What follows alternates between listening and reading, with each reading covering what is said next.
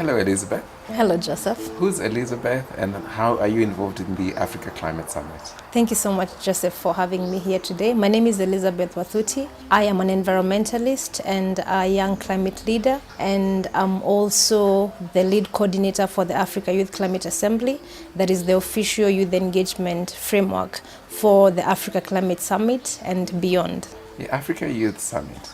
What is that, and tell us more about it? So the Africa Youth Climate Assembly is scheduled for the 1st to the 3rd of September, and it's a precursor of the Africa Climate Summit. And the main reason for this assembly is to make sure that young people from across the African continent are able to genuinely and meaningfully engage at the Africa Climate Summit. And we are bringing to Nairobi young Africans from across the African continent to be able to showcase their solutions and to be able to engage with leaders. And at the same time, we will also be presenting the African Youth Climate Declaration to the heads of states. And beyond that, this is an opportunity for young people across the continent to be able to ensure that we have systematically embedded youth engagement into the existing frameworks, the environment and climate conversations at the moment. Thank you. So as a youth or a member of the youth, as you know, this is an AU summit hosted by Kenya and by His Excellency the President of Kenya. How are we ensuring that this summit will focus on youth from across the continent and not just Kenyan youth? And as it's such a diverse continent, how do you get all the voices into the room in a way that's meaningful? I think since the Africa Youth Climate Assembly started the preparations, one of the biggest assignments that we've been embarking on has been coalition building. And by coalition building is being able to reach out to young people from across different countries in our continent. And at the same time, by the fact that with the physical presence of the about 400 young people that we are looking to bring to Nairobi, about 126 of them, we envision to have them come from different countries across the continent. And that means at least 2 young people from every country in Africa to come to Nairobi and be able to physically and in person engage at the assembly. And we are also engaging in regional consultations, and by regional consultations we also acknowledge and recognize the fact that it's not every young person that may have an opportunity to come and participate in person for the assembly, but through these consultations it means that every voice of every young person is being heard at the assembly, because the consultations means that the issues that we are going to bring to the table to the heads of state at the Africa Climate Summit are then through these consultations being put together by different young people across different regions. So we have actually divided these consultations into the 5 regions across the continent, and they're all being spearheaded by different entities and organizations that have already done a lot of coalition building across the continent. And then all of these voices, all of these solutions are going to be brought to the Africa Climate Summit. And secondly, we also have an innovation challenge for young people that is greatly being supported by the Green Africa Youth Organization. And this means that young people from across the continent that are innovating, some of those that are going to win this challenge will have an opportunity to have grants presented to them to go and showcase their innovations. So these are some of the ideas in which we are looking to engage as many young people from across the African continent as possible, because we acknowledge and recognize the fact that Kenya is only playing a host role for this, but this is indeed an African summit, and it needs to actually engage all the young people from across the continent. Now, when you think about the Africa Climate Summit and His Excellency the President of Kenya's vision, he talks of us being in this together, about this being about all of us bringing our respective technology, financing, expertise, resources to collectively address the climate crisis. How do the youth see this narrative? Do they connect with it? Does it resonate? How do they feel about this narrative around a collective action as opposed to finger pointing or blame game? I think one of the most beautiful thing about the narrative is, for us as young people, we see young people as one of that main and major resource that the African continent contributes to the solutions that we talk about in the climate crisis.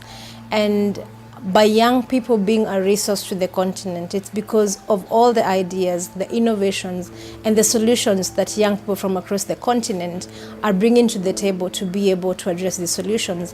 And with the same narrative that the Africa Climate Summit is around how we can be able to showcase Africa's resources to, in a way, attract capital investments that can be able to help us maximize and scale some of the solutions that we bring to the table.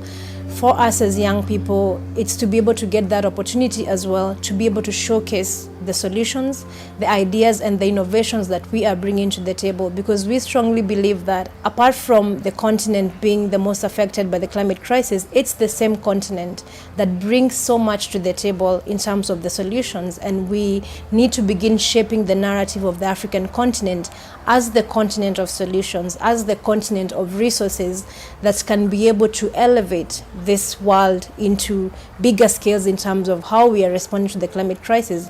And I really like the fact that a lot of young people, it's more on the urgency. How fast and quick can we begin to work on solutions on the ground that will enable us to really address the climate crisis with the urgency it deserves? And I think for us, that is what we are bringing to this summit. And that is why a lot of the work we are doing even right now is being able to document these stories, to document these innovations, to document all these voices of young people, and then make sure that at the Africa Climate Summit, these voices are unified and also amplified in a way that they can continue to push this conversation to position Africa as a continent of solutions to the climate crisis.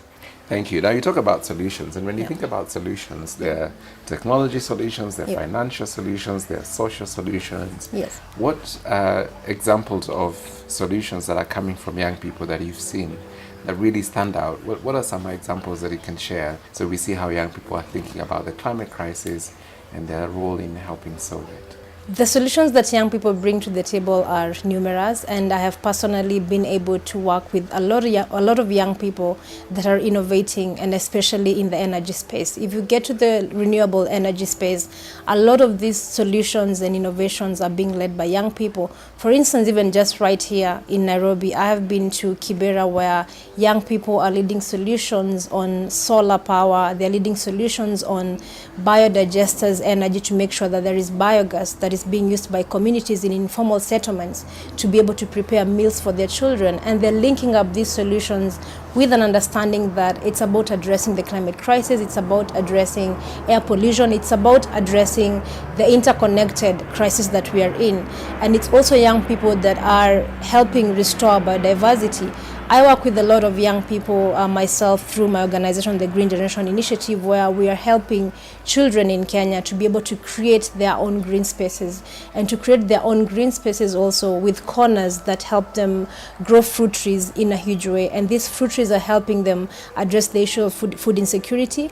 And also the fruit trees have a commercial value, because it is also an understanding that for all the efforts that we are bringing to the table, we also need to make sure that our communities are benefiting, they're earning a living out of it. And for us being able to, for example, grow the fruit trees with these farmers and the communities, it means that they are able to earn a living that helps them, for example, to continue taking their children to school, to continue earning a living in every way possible. And I also know a lot of young people across the continent that are innovative in the same space through technology, digitization, being able to help us spread this information about the climate crisis far and wide. And I think right now, even in the climate literacy world, it's a lot more young people that are using the digital space to educate their communities, to educate their schools, and to educate so many people about what they can be able to do to address the climate crisis, and to even educate communities about how they can build their resilience. For instance, the communities in drought-affected areas, there's a lot of more people right now that have been training communities about what drought-resistant crops are, for example. And I think all of these innovations are innovations that are unique in their own way. And we also have innovations around using art to be able to amplify and bring the messages of climate and environment to the platform. And these are solutions that we will actually also be showcasing at the assembly.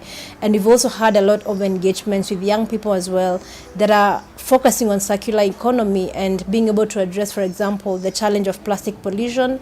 And they are using this waste, for example, to turn it into energy. They're using this waste to turn it into usable products that they can be able to sell back to the market. And I think for us, this is the beauty of innovations, and seeing it in a way that it's not just about being able to create new things, but it's also about how creating these new things are able to regenerate our environment, but also support our communities to continue to thrive and survive, and to also, in a huge way, become the end of poverty. Because when you are creating employment out of it, then it means that our communities are thriving in the same way. One of the feedback I keep hearing is that there's no capital for young people and their innovations. There's no proper financing to help them take ideas to the market. His Excellency President Ruto's vision is that we need a new global finance architecture that unlocks climate finance at scale, that is targeted and is fit for purpose towards the solutions you just described.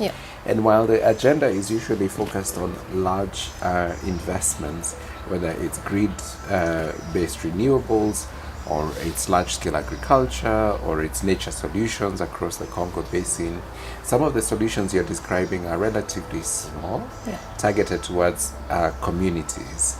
How do you see the global climate finance architecture conversation dovetailing into what young people need in order to unlock these opportunities they're developing?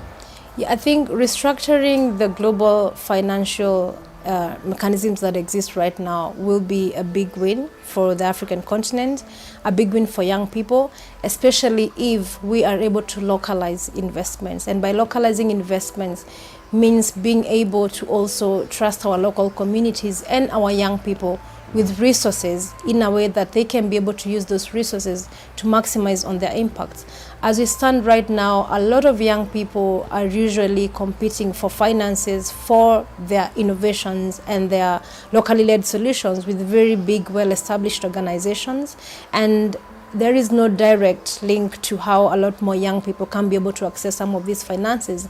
And honestly, for a lot of young people, for the solutions they're leading, not a lot of them actually need to have like really huge lump sums to be able to kickstart their startups. Some of them actually need even like a little small capital to kickstart their startups. And I think being able to understand the dynamics and the way in which young people are engaging right now would be very important for us, and in a way that we can localize these investments, in a way that we can make the systems of even accessing these finances as simple as they can get. Because we have a lot of young people at the grassroots levels. These are young people that have never been to the COPs, they have never been to these summits, but they are leading the solutions. They have so much that they're bringing to the table. So how are we able to decentralize that and bring that information down and the systems much easier for them to be able to access these finances, to be able to get to the next level? I think for us, this is going to be like the most important thing, that we ensure that these finances don't have to go through so many channels. They just have to have a direct access, and also a dedicated youth fund as well at the same time that really directly supports youth-led climate solutions in a way that they do not have to really be at the same wing balance with really big organizations. I think for us, if we have that understanding and also have an opportunity to walk the journey with young people. I have worked with a lot of young people right now that have startups, that are leading organizations. Most of these young people may not even have registered entities.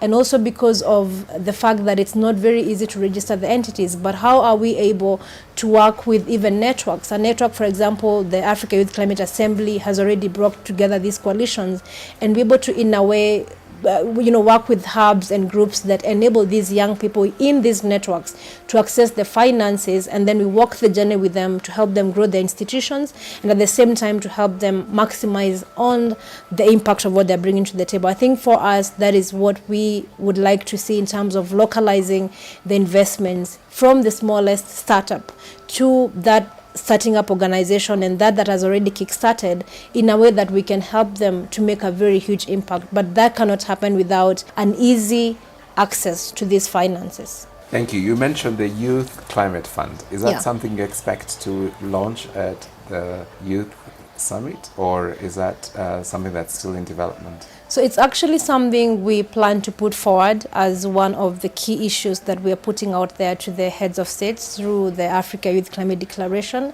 And we really hope that this is something that can get adopted in a way that our young people across the African continent get a really easy access to finances for them to be able to continue leading on the climate solutions on the ground. And this is regardless of whether they are grassroots young people or regardless of which country in Africa they come from, but in a way that it is easily accessible to every young person, including that young person who has no link or access to information. So it has to be like as simple as possible, without a lot of logistics as possible, in a way that young people can just be allowed to get the wings and fly and be able to lead on those solutions in their communities.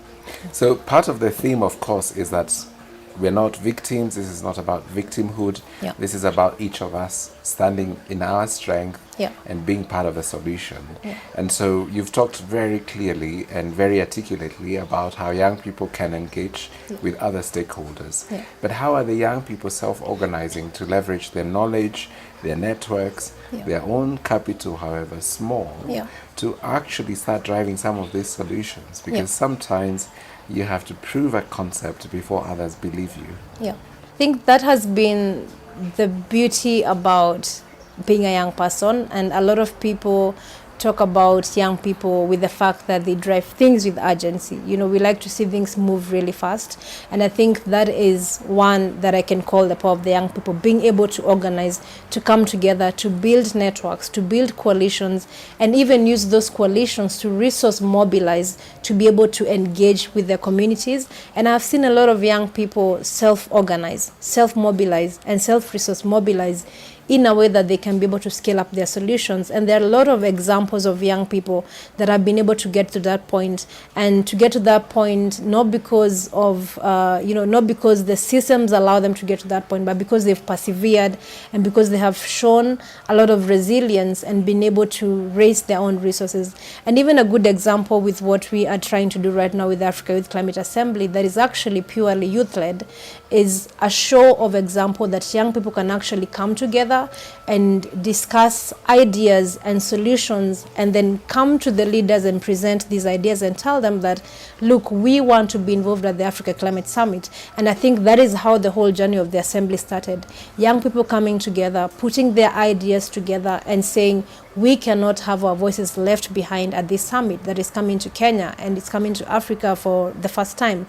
So we put all these things together, started doing our own coalition building, and then presented this to the leaders, to the ministry, and we said that we really need to have young people engaged in a meaningful and genuine way. And I think for us, being able to get that go ahead is just a show of how young people can sort of bring their voices and ideas together and bring themselves to the table at the same time. Because sometimes when young people ask to be brought to the table, there's always that conversation. But I can tell you right now, a lot of young people have really had that courage to actually invite themselves to the table and make sure that everything that they're trying to push is actually presented there. And of course, it doesn't have to be like that, because it's important that young people are always in the thoughts when we're organizing things. But I think right now the struggle has been that we have to invite ourselves to the table. But I think it's a show of resilience. It's a show that young people, they know what they bring to the table, and they know the value that they add to the table. And that is why there's been a lot of these trying to make things happen. And I have been with a lot of young people that anytime they want to speak even to heads of state, it's going to happen, because they believe that it's going to happen, and they do a lot of organizing for it, and they're able to create that opportunity for themselves. And I think for me, that is the most important thing, of being able to have the power to self-organize, self-mobilize, and to self-raise resources that can be able to help us move further. And I think what needs to happen right now is just that systemic embedment of what we're trying to bring to the table, to make this now much easier, so that we do not have to fight through a system or fight through some barriers to be able to get there. Because if the system provides for that, then it becomes automatic that every young person, even those that come after us, there's already a set system that allows them to engage effectively, that allows them to raise resources for their locally led solutions in a way that they don't have to struggle, and that allows them to be acknowledged as equal stakeholders rather than just invitees for the forums because they are young people. That's very interesting. Now, if you think about the theme of the summit, which is we are in this together, from a young person perspective and from the youth assembly, what will you hope to achieve after the summit? I have seen youth go to summits, to COP, stand on stage, speak very articulately, and then go back home to the same problems they had before the summit. What is going to be different about this one? So the Africa Youth Climate Assembly, I can say it's very different because we are not looking at it as just an event. We're not looking at it as just a 3-day assembly, but we're looking at it as well in terms of the challenges that we have right now, in terms of the continent, on how we are able to organize ourselves as young people under an umbrella that allows policymakers, leaders, and heads of states to engage with us in a really existing system that is part of the framework. And I think for us with the assembly is how we can be able to systematically embed our engagement beyond the summit. And we have an entire roadmap, a roadmap that started way back in February with the AU Town Hall of young people.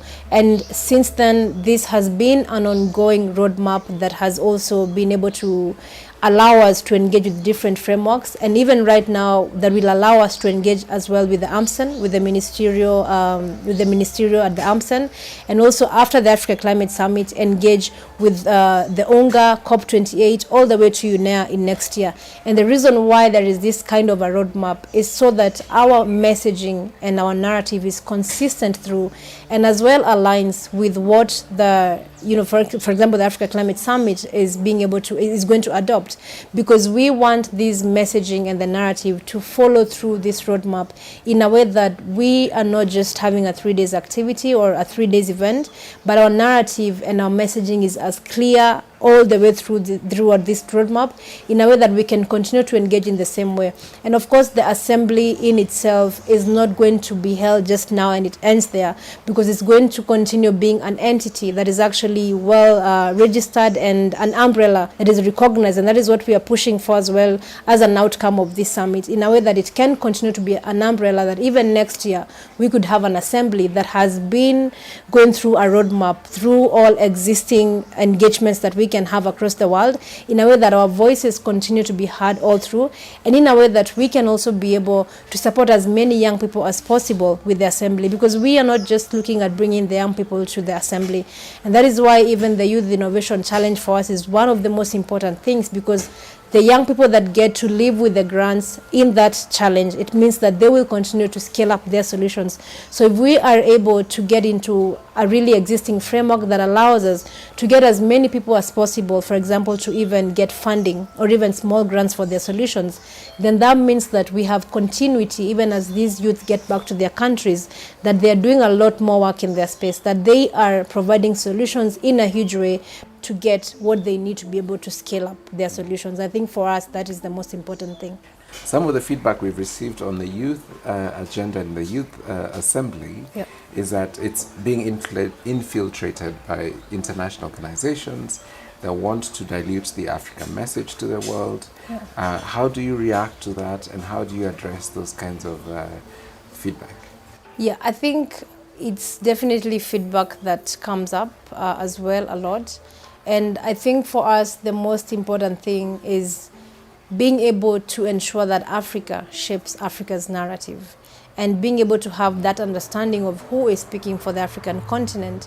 And it's in the same way that even for the young people, even as we are crafting our African Youth Climate Declaration, it's very clear that it's through the consultation processes that the young people from across the African continent are saying that this is what works for us. They're saying that these are the challenges and these are the solutions and this is the roadmap that we want to see.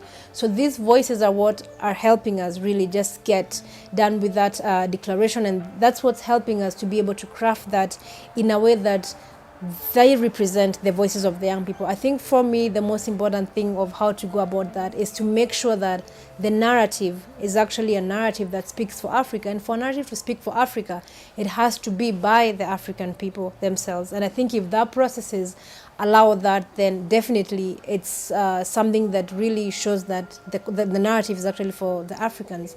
And I think being able to work with a lot of young people, I also lead the Wangari Maathai Youth Hub that has a lot of young people from across the continent that are leading various solutions in their own way.